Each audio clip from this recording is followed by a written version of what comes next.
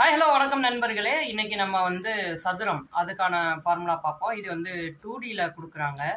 சதுரத்தோடைய பரப்பளவு இன்னைக்கு பார்ப்போம். அதுக்கப்புறமா வரக்கூடிய வீடியோக்கள்ல சதுரத்தோடைய சுற்றளவு அதெல்லாம் பார்ப்போம்.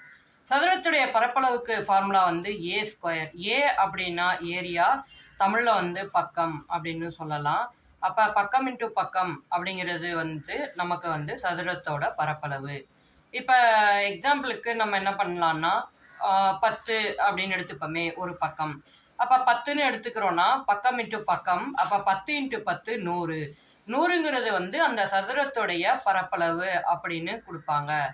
நீங்க வேற எந்த நம்பர் வேணாலும் வச்சு போட்டு பாருங்க. உங்களுக்கு அந்த ஒரு நம்பரை நீங்க ஸ்கொயர் பண்ணீங்கன்னா அதுதான் சதுரத்துடைய பரப்பளவு. 12ன்னு நீங்க வச்சுக்கலாம், 13ன்னு வச்சுக்கலாம்.